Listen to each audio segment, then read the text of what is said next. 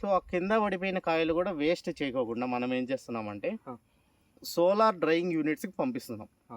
So మనం చూస్తూనే ఉంటాం, మీరు కూడా చూస్తున్నారు, చాలా వరకు కాయలు కింద పడిపోయింటాయి. అది ఎండ వల్ల పడిపోయింది ఎండ వల్ల పడింటాయి, కొన్ని తొటాలు రోగము ఉండడం వల్ల కూడా పడతాయి. ఆ. కానీ అవి ఏవి వేస్ట్ చేయకోకుండా, ఈవెన్ ఒక కాయ కూడా వేస్ట్ కాకోకుండా మనం ఏం చేస్తామంటే సోలార్ డ్రైయింగ్ యూనిట్స్కి పంపిస్తాం.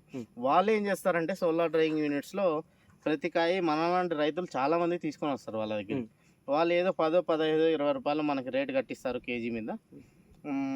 మనం ఏం చేస్తామంటే వాళ్ళకి హ్యాండ్ ఓవర్ చేస్తే వాళ్ళు ఆ సోలార్ డ్రైయింగ్ యూనిట్స్ లో ఉంచి ప్రతి కాయ చిలక కట్ చేసి వాళ్ళంతా డ్రై చేసేసి 10 కేజీలు ఎండబెడితే కానీ కేజీ రాదు వాళ్ళు.